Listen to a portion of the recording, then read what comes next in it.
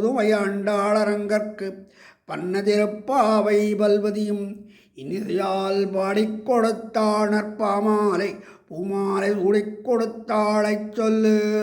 சூடிக் கொடுத்த சுடர்கொடியை தொல்பாவை பாடியருள வல்லவள் விளையாய். நாடினி வெங்கடவர்க்கு என்னை விதி என்ற மாற்றம் நம் கடவா வண்ணமே நல்கு. அஞ்சு குடிக்கொரு சந்ததியாய் ஆழ்வார்கள் தஞ்சேலை விஞ்சி நிற்கும் தன்மையளாய். பிஞ்சாய் பழுத்தாளை ஆண்டாளை பக்தியுடன் நாளும் பழுத்தாய் மனமே வந்து. பேரன்பிற்கும் பெருமைக்குரிய ஆஸ்திக அன்பர்கள் அனைவருக்கும் அடியனுடைய நெஞ்சார்ந்த வணக்கத்தை தெரிவித்துக் கொள்கிறேன். இன்றைய பாசுரம் 7வது பாசுரம். கீசு கீசென்றும் கீசு கீசென்றெங்கும் ஆனைச்சாத்தன். கீழ்ப்பாசுரத்திலே எம்பெருமானுக்கு பிடித்தமான அதிகாரிகளை முன்னிட்டே எம்பெருமானின் திருவடியை பற்ற வேண்டும் என்ற நிலையிலே புள்ளும் சிலம்பினான் புள்ளரையன் கோயில் வெள்ளை வெளிதங்கன் பேரரவம் கேட்டிலையோ பிள்ளாய் எழுந்திராய் என்று ஒரு தோழியை எழுப்பி அடுத்து அங்கே புள்ளும் பறவை பொழுது விழுந்ததற்கு அடையாளமாக சிலவற்றை சொன்னார்.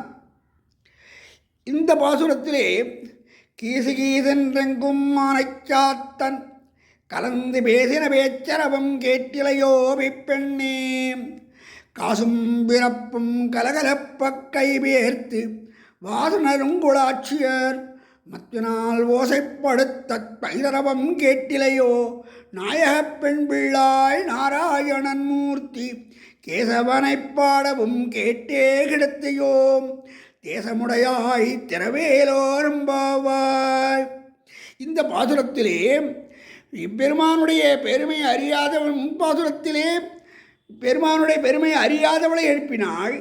இந்த பாசுரத்திலே நோன்பின் பெருமை அறிந்தும் உறங்கிக் கொண்டிருக்க அறியாதவள் போல உறங்கிக் கொண்டிருக்கக்கூடிய தோழியை எழுப்புகின்றான். பொழுது விழுந்ததற்கு அடையாளம் என்ன என்று எவரும் கேட்டதற்கு கீசு கீசென்றெங்கும் ஆனைச்சாத்தன் கலந்து பேசின பேச்சரவம் கேட்டிலையோ. பொழுது விழுந்ததற்கு அடையாளமாக எங்கும் கீசு கீசென்றெங்கு ஆனைச்சாத்தன் பறவை வலியன்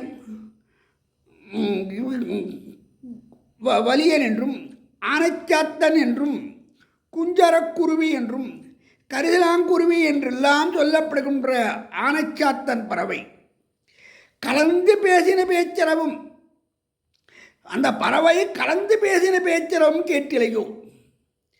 இந்த பறவைகள் ஒலி வெளிப்படையாக முன்பாசுரத்திலே புள்ளும் சிலம்பினகான் என்று பொதுவாக சொன்னாள். ஆனால் இந்த பாசுரத்தை என்ன பறவை என்பது தெளிவாக தெரிந்தால் பொழுது நன்றாக விழுந்துவிட்டது என்பது தெரிகிறது. ஆனைச்சாத்தன் என்னும் பறவை கலந்து பேசினேன் என்று சொன்னாலே பொழுது போகிறோம் மாலையில் சேரப்போகிறோம் என்றெல்லாம் தன்னுடைய இதெல்லாம் நன்றாக திரும்ப வேண்டும் என்றெல்லாம் சொல்லும். கலந்து பேசின பேச்சரவும் கேட்டிலையோ. இதோ தோட்டத்திலே ஆனைச்சாத்தன் பறவைக்கு இது பேசின பேச்செல்லாம் கேட்கலையா? அதுதான் போகட்டும். கலந்து பேசின பேச்சரவும் கேட்கலையோ. பேய்ப்பெண்ணே அறிந்தும் அறியாதவள் போல இருக்கின்றாயே என்று சொன்ன. பேயானது இரவெல்லாம் விழித்து பகலெல்லாம் தூங்கும். அதுபோல இரவெல்லாம் விழித்து கொண்டு பகலெல்லாம் தூங்குகின்றாயோ, ஆகவே நீ பேய்ப்பெண்ணே என்று அர்த்தம் சொல்லலாம் என்ற நிலையிலே பேய்ப்பெண்ணே காசும் பிறப்பும் கலகலப்ப கைபேர்த்து வாசனருங்குழலாட்சியர் மத்தினால் ஓசைப்படுத்த பைரவம் கேட்டிலையோ. சரி, பறவைதான் எங்கோ பின்னாடி தோட்டத்தில் இருக்கு.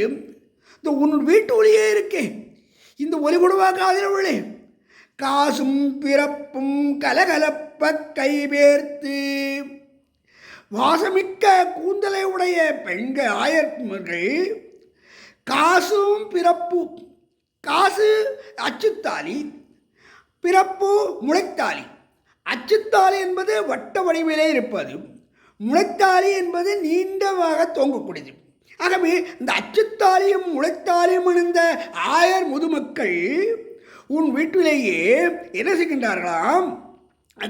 தன் கை வளையுடன் ஒலிக்க, கை வளைகள் ஒலிக்க மத்தையிட்டு தயிர் கடைகிறார்களே.